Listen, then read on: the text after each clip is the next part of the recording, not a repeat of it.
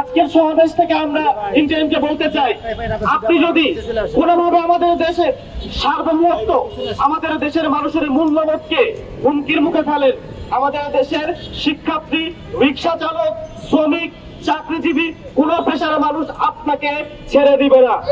জাতিসংঘের এই মানবাধিকার কার্যালয় এখন পর্যন্ত 17টা দেশে আছে এবং বাংলাদেশের চুক্তি সহ টোটাল 18টা দেশে তারা চুক্তি করেছে। আপনি যদি এই 17টা দেশের অর্থনৈতিক অবস্থা দেখেন, 17টা দেশের অর্থনৈতিক অবস্থা পুরোদমে ভঙ্গুর এবং প্রত্যেকটা দেশে সন্ত্রাসবাদ আছে, জঙ্গিবাদ আছে, কিন্তু বাংলাদেশে কোন ধরনের সন্ত্রাসবাদ নাই, জঙ্গিবাদ নাই। আমরা একটা স্বাধীন সার্বভৌমত্ব দেশ। আমরা কিছুদিন আগে দেখেছি ইন্টারিম করিডোর দেওয়ার চেষ্টা করেছে, তাদের সেই জাল নস্যাৎ হয়, তারা নতুন করে জাতিসংঘকে আমাদের দেশে ঢুকানোর চেষ্টা করছে।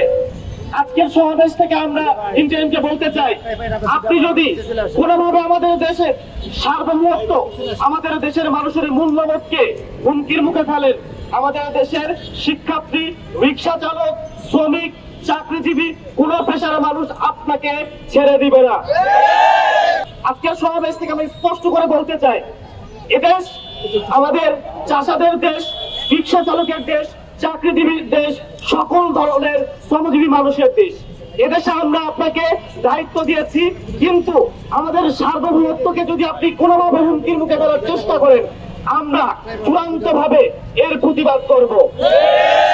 আপনি যদি এই জাতিসংঘের শান্তি রক্ষা মিশনে সৈন্যদের কর্মকাণ্ড দেখেন, আপনি এই 17টা দেশের মধ্যে আপনি একটু রিসার্চ করলেই দেখবেন 60,000-এর বেশি তাদের নামে ধর্ষণ, গুম, সকল ধরনের নির্যাতনের অভিযোগ আছে।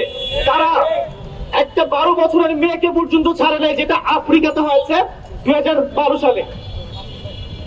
আমরা দেখেছি সাম্প্রতিক সময়ে আমাদের ইন্টারিম বিভিন্ন চুক্তি তারা গোপনে করছে।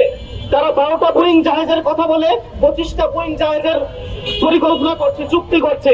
10 টাকার গম 20 টাকায় কিনছে। তো এই যে চুক্তিগুলো করছে, তারা কোন প্রভুকে খুশি করার জন্য করতেছে আমরা এটা বুঝি।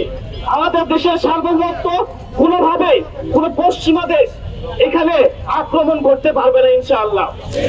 আমরা যদি নিজেদের জায়গা থেকে সবাই আওয়াজ তুলি, আমাদের দেশে করিডোরের যেমন জায়গা দিতে পারে নাই, জাতিসংঘের মানবাধিকার কার্যালয়ের জায়গা হবে না ইনশাআল্লাহ।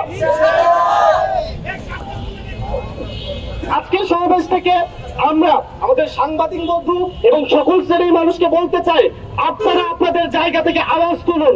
এদেশ আমার, এদেশ আপনার, এদেশে আমাদের সবার। এদেশ কোন নির্বাচিত ব্যক্তির নয়, আমাদের সকলকে এদেশের সার্বভৌমত্ব রক্ষার জন্য মাঠে থাকতে হবে।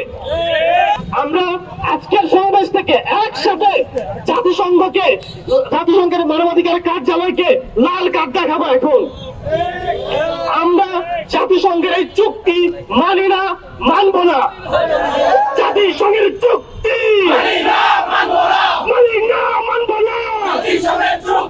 জাতিসংঘের চুক্তি মানি না, মানব না। সার্বভৌমত্ব চুক্তি, জাতিসংঘের চুক্তি মানি না,